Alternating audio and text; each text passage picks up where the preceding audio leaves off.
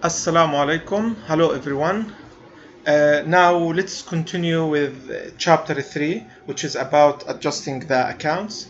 Last time we finished the PowerPoint slides related to this chapter, and also we solved example 1 and example 2.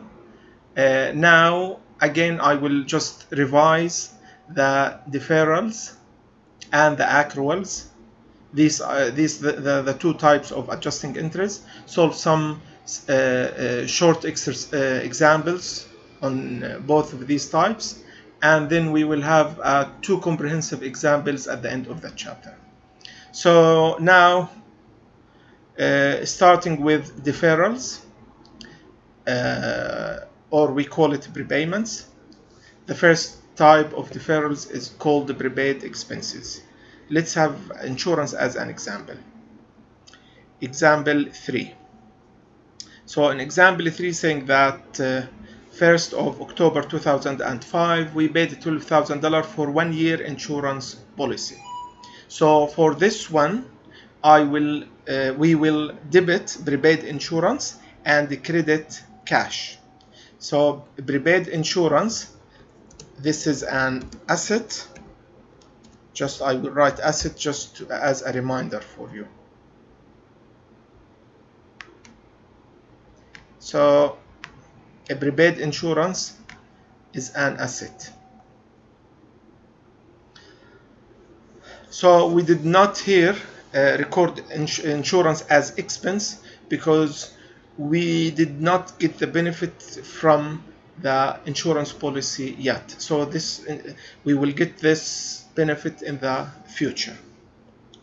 So we recorded as an asset at the day when we sign the insurance policy, or with the day we buy the insurance policy, and later we will expense it by how many months we use from this policy.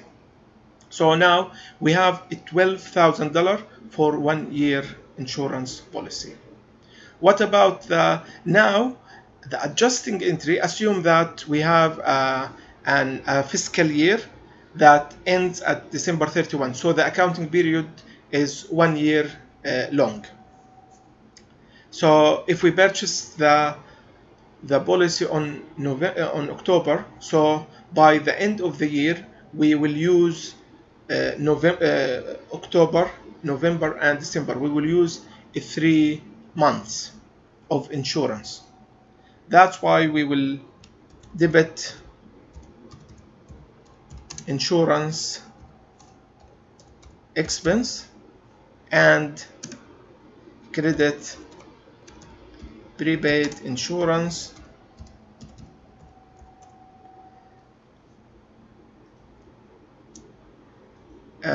by 3,000 and credit this one by 3,000. So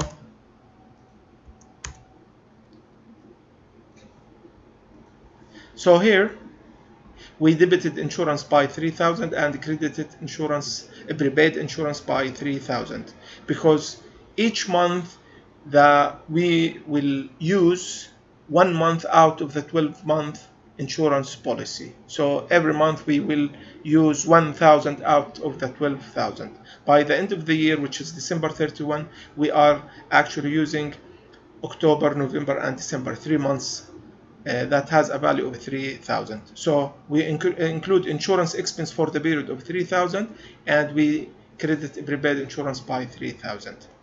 Let's have another type of prepaid expenses called rent. Assume that on April 1st we paid $36,000 cash for store rent for next 2 years. So this is $36,000 for 2 years. So here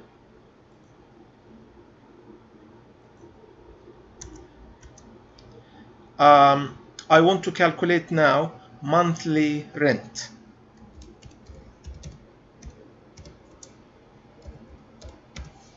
Monthly rent simply will equal 36,000 and I will divide this by 24 months, because 2 years has 24 months. So we will have,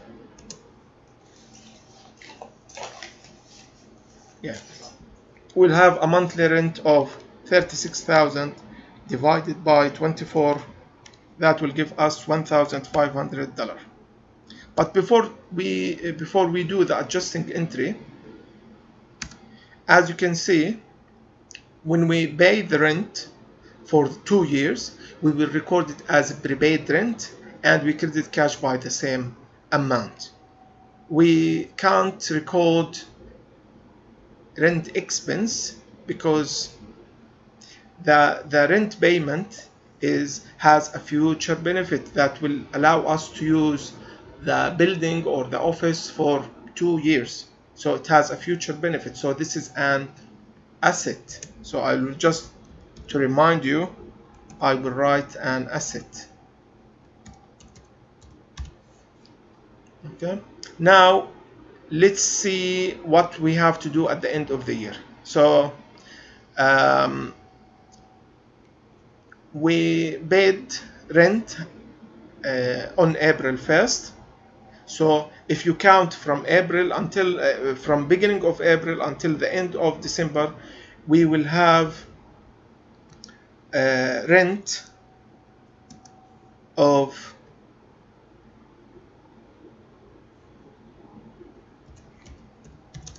during the year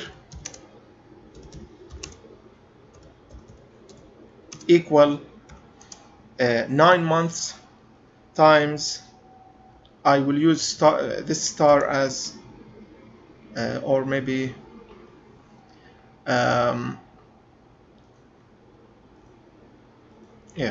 not 9 times 1,500, but this is the monthly rent. We have a rent of 13,500. So what is so now the adjusting entry for the year will be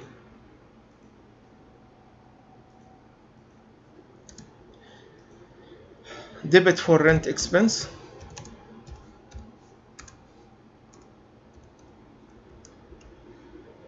okay, and the credit for prepaid rent. So rent that we use during the year is 13,500, and credit for prepaid rent for a same amount, 13,500. So as you can see, when we paid the rent in advance, we recorded a prepaid rent, and then we will see how many months we used from this rent payment. So we used 9 months. Each month rent will be 1,500. So the total rent for the year, the one that we use, is 13,500. So we debit rent expense and credit the prepaid rent. So the prepaid rent, this asset will decrease or will be credited by 13,500. And in the income statement, we'll have a rent expense of 13,500. Supplies is another example of prepaid expenses. Assume that we purchase supplies costing $2,500 cash. So here we will debit. When we purchase supplies, we record it as an asset, so we will make a debit for supplies and a credit for cash. Now, supplies, as we said before, this is stationery, and maybe ink for cartridge, paper, and so on. So we purchased this amount on October 9. Now, by the end of the year, December 31, we will check how much of this supplies we used. So we use supplies of 1,500. So this amount will be an expense. So we will debit supplies expense, and we will credit supplies by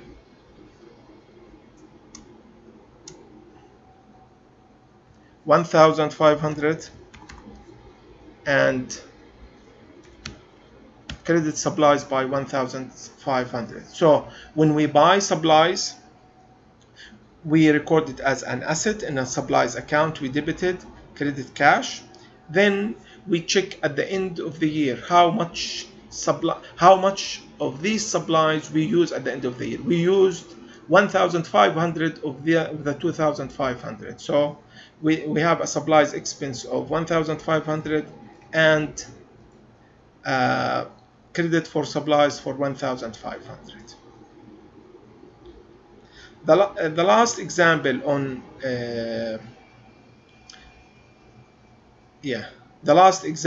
on prepaid expenses is called depreciation. We said in the last lesson that depreciation is this is an expense related to property, plant and equipment that has a long life. So for example, if you buy a building, a machine, a vehicle, these assets will have a long useful life. So the cost of these items will be depreciated and or will be expensed over many accounting periods. So assume, for example, if you purchased a building for $200,000 at the beginning of the year, January 1st. So, and this building, you are expecting that it will live for 20 years.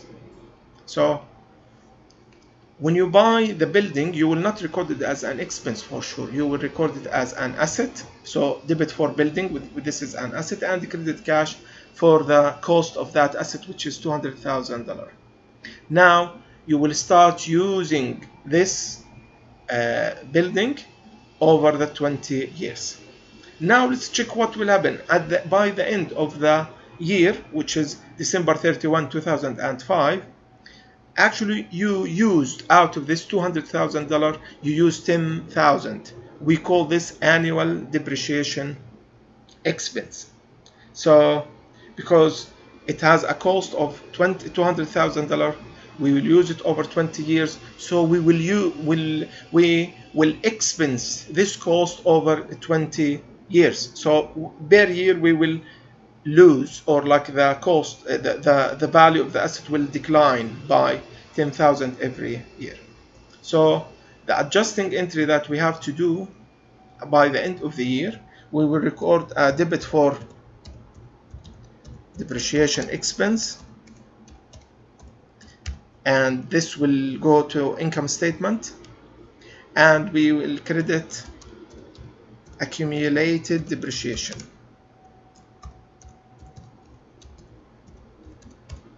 So debit for depreciation expense by 10,000 and credit accumulated depreciation by 10,000. So now depreciation expense, as we know, all expenses will go to income statement, will be presented in income statement. But with regard to accumulated depreciation, this is contra asset account. So what does it mean? So what is the accumulated depreciation? So what do we mean by contra asset account? This is an account that will be included with the assets, but it will be deducted from the assets rather than added to the assets.